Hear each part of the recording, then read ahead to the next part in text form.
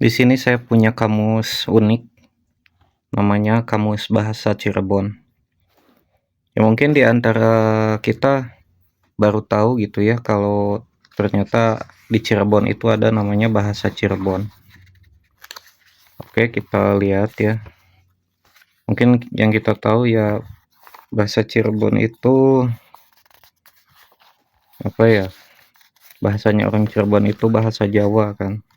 Langsung ke bagian isi ya. Nah, ini halaman A-nya ya, huruf A. Coba kita lihat ya dari segi bahasa, ya dia apa ya, bahasa Jawa. Kosakatanya banyak bahasa Jawa. Tapi perbedaan mencoloknya mungkin dari beberapa kosakata bahasa Jawa yang ya lebih ke Sanskerta ya. Terus banyak serapan bahasa Arab juga, bahasa Tionghoa. Ya karena Cirebon kan wilayah pelabuhan. Dia dari zaman dulu udah nerima banyak kebudayaan pedagang-pedagang dari Cina, dari Arab, dari manapun itu ya, dari Melayu, Malaka. Makanya dari segi kosakata dia banyak menyerap kosakata bahasa-bahasa daerah lain atau bahasa asing ya. Terus di sini juga dia ada kosakata-kosakata dari bahasa Sunda juga. Ya karena wilayah Cirebon memang dikelilingi oleh wilayahnya etnis Sunda, maka dari segi bahasa juga dia terpengaruh bahasa Sunda. Tapi dia emang dulu dia dianggap sebagai dialek atau bagian dari bahasa Jawa, makanya disebut bahasa Jawa Cirebon. Tapi baru-baru ini dia ditetapkan sebagai bahasa daerah tersendiri. Jadi bukan lagi Jawa Cirebon, tapi disebutnya bahasa Cirebon. Karena dia punya kebudayaan sendiri dan ciri khas bahasanya sendiri, sehingga disebut bahasa Cirebon dan etnisnya etnis Cirebon ya. Karena memang dulu ada kebingungan Cirebon itu apakah Sunda atau Jawa.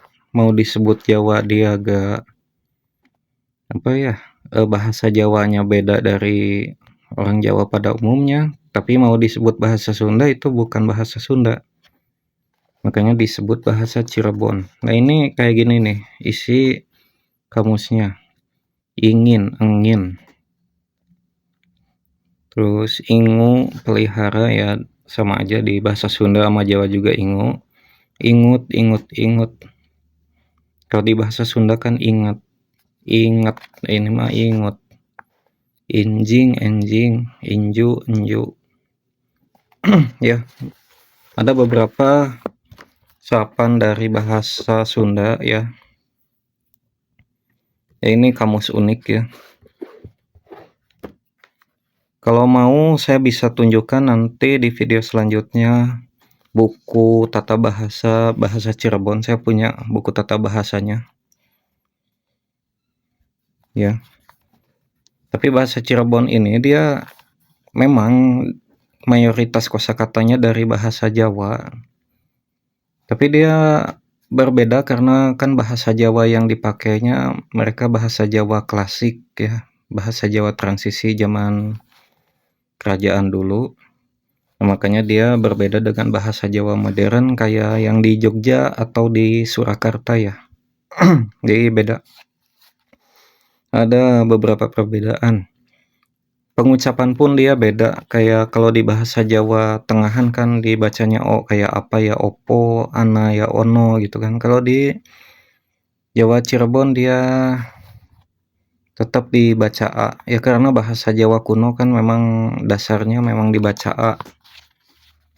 Baru ada pergeseran jadi o itu pas ada transisi bunyi pas masa Mataram Islam zaman dulu. Nah, kayak gini tuh atap, dedaunan yang dipakai atap, atar berani kalah, atap tetap. Saya pribadi bisa memahami bahasa Cirebon sedikit-sedikit karena dari segi kosakata dia banyak kemiripan, ya, banyak mirip.